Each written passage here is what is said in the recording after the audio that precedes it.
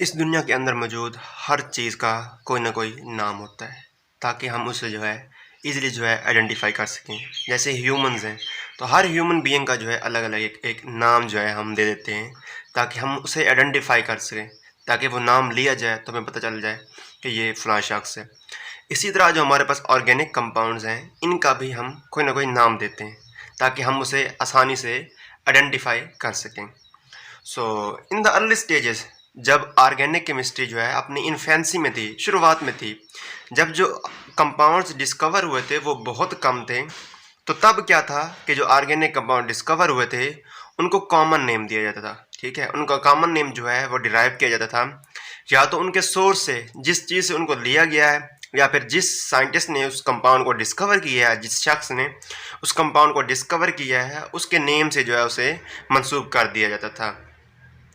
For example हमारे पास है formic acid. Formic acid formic acid जो है, इसको फार्मिक एसिड इसलिए कहा जाता था क्योंकि ये चींटी से हासिल किया जाता था, आंट से और आंट को जो है लेटिन जबान के अंदर जो है फार्मिका कहते हैं। फार्मिक एसिड को फार्मिक एसिड इसलिए कहा जाता था क्योंकि ये आंट से हासिल किया जाता था, चींटी से हासिल किया जाता था, और चींटी को लेटिन जबान के अंदर जो है फार्मिका कहते हैं। इसी तरह जो है हमारे पास एसिटिक एसिड, एसिटिक एसिड इसको एसिटिक एसिड इसलिए कहा जाता था क्योंकि ये हमारे पास जो हासिल किया जाता था ये विनीगर से, और विनीगर को जो है एसीटम कहते हैं। विनीगर को कहते हैं एसीटम इन लैटिन लैंग्वेज। अब देखें ये जो कॉमन नेम है ना, कॉमन नेम हमें कंपाउंड के स्ट्रक्चर के बारे में कोई भी इंफॉर्मेशन जो है प्रोवाइड नहीं कर रहा। सो जब कंपाउंड्स की तादाद थोड़ी थी, ऑर्गेनिक केमिस्ट्री अपनी इन्फेंसी के अंदर थी, तब तो इजीली जो है हम ये कॉमन नेम जो है याद कर लेते थे। लेकिन जैसे जैसे जो है ऑर्गेनिक कंपाउंड्स की जो तादाद है वो बढ़ती गई, मिलियंस के अंदर ऑर्गेनिक कंपाउंड की तादाद चली गई, तो अब जो है हर कंपाउंड का जो है कॉमन नेम जो है याद करना जो है मुश्किल हो गया है। और ना ही जो है हम कॉमन नेम से जो है किसी भी कंपाउंड का जो स्ट्रक्चर जो है हम बता सकते हैं। सो जब कंपाउंड्स की तादाद बहुत ज़्यादा हो गई, तब ये कंसर्न पैदा हो गई कि भाई कोई ऐसा सिस्टम होना चाहिए जिससे हम अगर ऑर्गेनिक कंपाउंड्स को नाम दें तो उनका स्ट्रक्चर जो है वो आसानी से हम लिख सकें। ठीक है ना, यानी ऐसा सिस्टम होना चाहिए कि जिससे अगर हमें ऑर्गेनिक कंपाउंड्स का नाम दिया गया हो तो हम उसका स्ट्रक्चर बता सकें, और अगर स्ट्रक्चर दिया गया हो तो उसे हम नाम दे सकें। ठीक है, तो इस तरह जो है हमारे पास जो है एक नाम देने का एक सिस्टम शुरू हुआ जिसे हम कहते हैं IUPAC. IUPAC nomenclature. IUPAC stands for international union for pure and applied chemistry. तो ये साइंटिस्ट की यूनियन थी, इन्होंने जो है कुछ असूल बयान किए जो कि जिन असूल को फॉलो करते हुए जो है हम ऑर्गेनिक कंपाउंड्स का नेम लिखते हैं। सो यहाँ पे सी बोलिए आयुपैक। ठीक है, तो अब आयुपैक नेम जो होता है ये 3 जो है नेम्स के ऊपर मुश्तमिल होता है। ठीक है, एक को हम कहते हैं स्टेम नेम या रूट नेम भी इसे हम कहते हैं। स्टेम नेम जो है हमें बताता है कि कोई भी कंपाउंड है उसका कार्बन स्केलेटन के बारे में बताता है, यानी उसके अंदर जो कार्बन की तादाद है वो कितनी है। फॉर एग्जांपल अगर स्टेम नेम जो है वो बता रहा हो, अगर किसी कंपाउंड के अंदर एक कार्बन हो, सिर्फ एक कार्बन हो, तो उसका स्टेम नेम होगा मैथ। अगर 2 कार्बन हो तो उसका स्टेम नेम होगा एथ। अगर 3 हो तो प्रोप। अगर 4 हो तो ब्यूट। 5 हो तो पेंट। 6 हो तो हेक्स। 7 हो तो हेप्ट। 8 हो तो ओक्ट। सो जो स्टेम नेम है हमें कार्बन चेन के बारे में बताता है कि भाई मेन जो हमारे पास कार्बन चेन है उसके अंदर कितने कार्बन एटम्स जो हैं प्रेजेंट है। अगर एक कार्बन एटम है तो हम स्टेम नेम लिखेंगे मैथ। अगर 2 प्रेजेंट है तो हम लिखेंगे एथ। अगर 3 प्रेजेंट है तो हम लिखेंगे prop. In the same way we will write the following.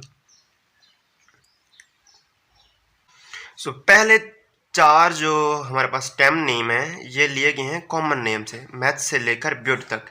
ये जो नेम है ये लिए गए हैं कॉमन या ट्रिवियल नेम से, जबकि बाकी जितने भी हमारे पास जो स्टेम नेम है वो लिए गए हैं ग्रीक न्यूमरल्स से। ग्रीक न्यूमरल्स यानी ग्रीक जो है गिनती जो है उससे जो है ये लिए गए हैं, जबकि ये जो है कॉमन नेम से लिए गए हैं।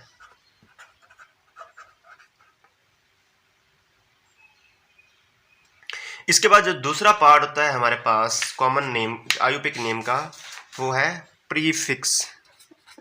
प्रीफिक्स और प्रीफिक्स जो है हमें बताता है कि भाई कोई भी कार्बन चेन है उसके साथ कौन कौन से सब्स्टिट्यूएंट मौजूद हैं। ठीक है, प्रीफिक्स जैसा कि नाम से ज़ाहिर है प्रीफिक्स शुरू में आने वाला, तो हम क्या करते हैं जो सब्स्टिट्यूएंट जो है मेन कार्बन के साथ चेन के साथ हमारे मौजूद हैं उनको जो है हम स्टेम नेम से पहले लिखते हैं। That is why we call them prefix.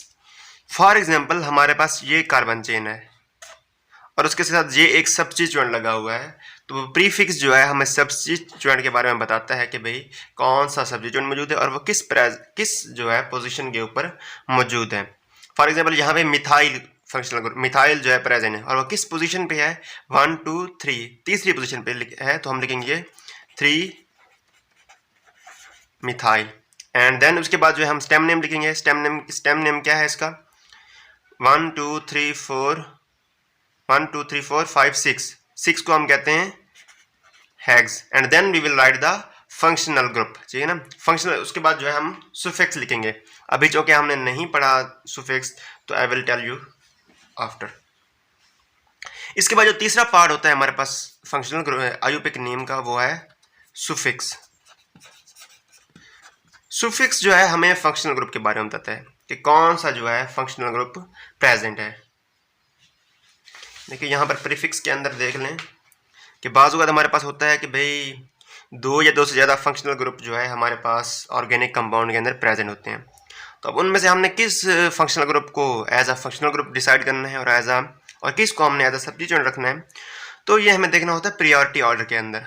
Functional group का एक प्रायोरिटी ऑर्डर है। तो अब जो प्रायोरिटी ऑर्डर के ऊपर की तरफ मौजूद है अगर फंक्शनल ग्रुप, तो उसको हम एज अ फंक्शनल ग्रुप मानेंगे, और अगर नीचे की तरफ लोअर मौजूद है तो हम उसे एज अ सब्स्टिट्यूएंट जो है कंसीडर करेंगे। अब जो हम आते हैं सुफिक्स पे। सुफिक्स जो है हमें फंक्शनल ग्रुप के बारे में बताता है। फॉर एग्जांपल हमारे पास जो है एक कंपाउंड है ये, सो अब इसके अंदर जो फंक्शनल ग्रुप है वो अल्कोहल है, ठीक है ना। सो अब अगर हम इसका नाम लिखें तो सबसे पहले हम क्या लिखेंगे, इसका स्टेम नेम लिखेंगे। स्टेम इसके अंदर क्या है, कार्बन एटम कितने हैं इसके अंदर, so we will have 1 2 3 4 5, so we will write pent. Then इसके बाद हम क्या लिखेंगे, इसके साथ अगर कोई सब्स्टिट्यूएंट मौजूद है तो हम वो सब्स्टिट्यूएंट को एज अ प्रीफिक्स लिखेंगे। सब्स्टिट्यूएंट जो है इसके अंदर कोई भी प्रेजेंट नहीं है, सो हम कोई भी नहीं लिखेंगे। और नेम का जो पहला लफ्ज़ है वो हमने ऑलवेज बड़ा लिखना है, ठीक है। मैंने छोटा इसलिए लिखा था कि शायद कोई इसके अंदर प्रीफिक्स हो, प्रेजेंट हो, कोई सब्स्टिट्यूएंट प्रेजेंट हो, लेकिन कोई नहीं है, तो हमने जो नेम का पहला जो लेटर है वो बड़ा लिखना है। देन उसके बाद जो है हमने अपना फंक्शनल ग्रुप लिखना है। और फंक्शनल ग्रुप जो है हमारे पास ये है OH। OH जो है अल्कोहलिक फंक्शनल ग्रुप है, इसे हम ओल लिखते हैं। सो अब हम पेंटोल नहीं लिखेंगे, पेंटन लिखेंगे, पेंटन ओल, ठीक है। So this is how suffix, this is what suffix is. Suffix जो है हमें फंक्शनल ग्रुप के बारे में बताता है कि कौन कौन सा फंक्शनल ग्रुप जो है प्रेजेंट है। फॉर एग्जाम्पल हमारे पास एक सिंपल जो है, अगर ये हमारे पास एक दिया हुआ है, अब तीनों जो है असूलों को देखते हुए इसका नाम दें। सबसे पहले हम रूट इसकी चेन देखेंगे, कितने carbon, 1 2 3 4 5, so we will write paint.